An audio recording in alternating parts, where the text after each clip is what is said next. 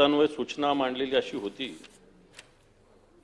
सद्यस्थितीमध्ये राज्यामध्ये गणेशोत्सव लवकरच येईल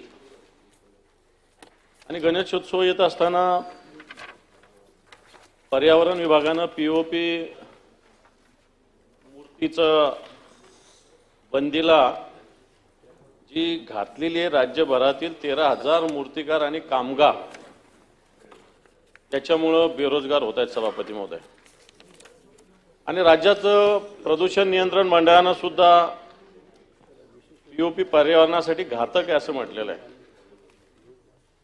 परंतु शासनाने अशा पद्धतीनं पीओपी मूर्तीवर बंदी घातल्यामुळं अनेक कुटुंबाचा रोजगाराचा प्रश्न निर्माण झालेला आहे सभापती महोदय।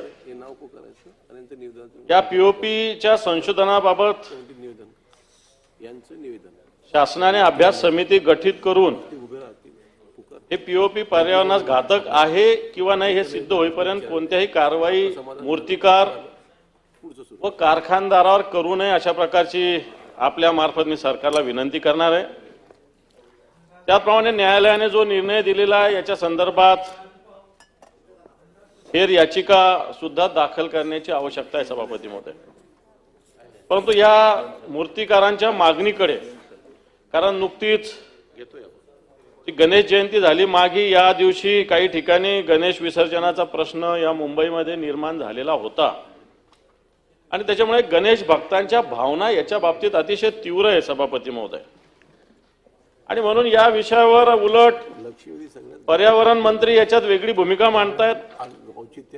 एक गाव एक गणपती, मला असं वाटतं एक गाव एक गणपती नाही, आपल्या गणपती जास्तीत जास्त बसले पाहिजे हा पण विचार असला पाहिजे, कारण असं काही आवश्यकता राहिली नाही। आता कोणतेही गाव छोटे राहिलेले नाही आणि शहरात हा विषय निर्माण होत नाही। आणि पर्यावरण मंत्री याच्यामध्ये वेगळी परस्पर विरोधी भूमिका मांडत असताना दुसरे मंत्री सांस्कृतिक मंत्री आशिष शेलार यांची भूमिका आणि पर्यावरण मंत्र्यांची भूमिका याच्यात परस्पर विरोधी आहे।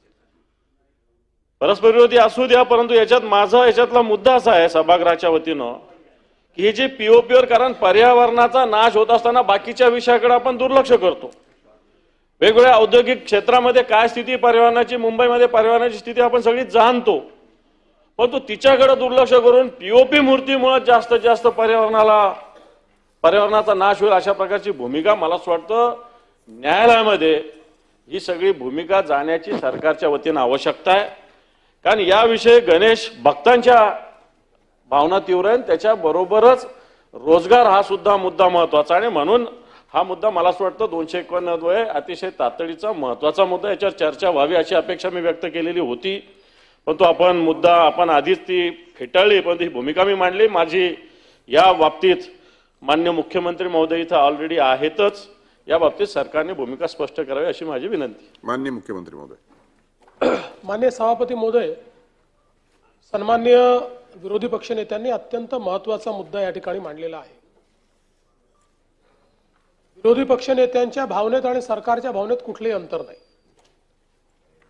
सरकारचे मत हेच आहे की पारंपरिक पद्धतीनं आपण गणेशोत्सव साजरा करतो, मोठ्या प्रमाणात मूर्तिकार मूर्ती तयार करतात, त्याचा एक मोठा सण आपण सगळे साजरा करतो, त्याच्यामुळे त्याच्यावर कुठलेही प्रतिबंध येऊ नयेत। सातत्याने गेले 4-5 वर्ष आपण माननीय उच्च न्यायालयात आणि सर्वोच्च न्यायालयात हीच भूमिका घेतलेली आहे। मागील वर्षी उच्च न्यायालयाने आपल्याला आता तुम्हाला ही शेवटची संधी अशा प्रकारे परमिशन दिली, त्यानंतर पुन्हा आपण या संदर्भातली आपली भूमिका उच्च न्यायालयात मांडली, सर्वोच्च न्यायालयात मांडली आणि त्यांनी फायनली निर्णय देऊन पीओपीवर बंदी टाकायला सांगितलं। आणि ही बंदी सरकारने टाकलेली नाही, शशिकांत शिंदे साहेब, तर ही बंदी सेंट्रल पोल्युशन कंट्रोल बोर्डाने टाकलेली आहे आणि त्यांनी तशा प्रकारचे निर्देश दिले आहेत। मात्र या संदर्भात जी काही मूर्तिकारांची बैठक झाली, हजारो मूर्तिकार त्याला उपस्थित होते, सरकारच्या वतीनं सांस्कृतिक कार्यमंत्री स्वतः त्या ठिकाणी गेले, त्यांचं म्हणणं सांस्कृतिक कार्यमंत्र्यांनी समजून घेतलं आणि त्यानंतर याच्यावर उपाय काय काढता येईल तर त्या दृष्टीने आपला जो सायन्स अँड टेक्नॉलॉजी मिशन आहे, त्या मिशनमध्ये डॉक्टर काकोडकर आहेत. डॉक्टर काकोडकरांशी संपर्क करून यातनं मार्ग कसा काढता येईल अशा प्रकारची विनंती त्यांना केली. डॉक्टर काकोडकरांनी त्या संदर्भात संशोधन करून मार्ग काढण्याचं मान्य केलं. त्यामुळे त्यांची एक समिती तयार केलेली आहे. तशा संदर्भात पर्यावरण मंत्र्यांना देखील सूचना करण्यात आलेल्या आहेत आणि आता आम्ही माननीय न्यायालयाच्या हे निदर्शनास आणून देतो आहोत. प्रदूषणाच्या बाजूने कोणी नाही, आम्हालाही प्रदूषण नको आहे, पण अशा प्रकारे जर काही टेक्नॉलॉजिकल मार्ग काढून किंवा त्यातनं प्रदूषण कमी करता येईल, प्रदूषण पीओपीतलं संपवता येईल, अशा प्रकारचा काही मार्ग निघू शकतो का, या संदर्भात आम्ही समिती तयार केली आहे.